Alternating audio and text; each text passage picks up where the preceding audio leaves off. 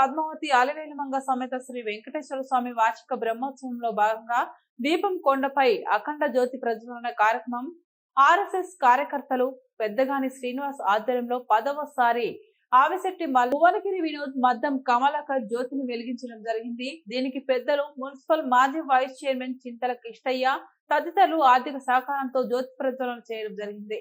నమో వెంకటేశాయ. బ్రహ్మోత్సవాలలో భాగంగా నేడు స్వామివారి కళ్యాణం జరగబోతుంది. ప్రతి సంవత్సరం కూడా ఇక్కడ అఖండ జ్యోతి వెలిగించడం ఆనవాయితీ.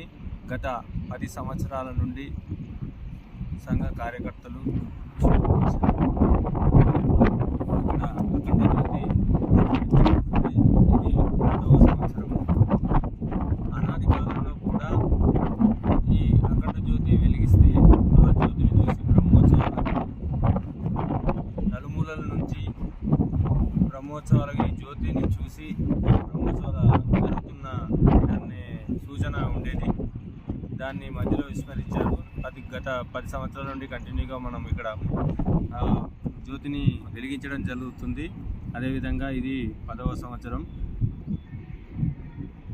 జై శ్రీరామ్. జై శ్రీరామ్. గోవిందా గోవిందా గోవిందా. జై శ్రీరామ్.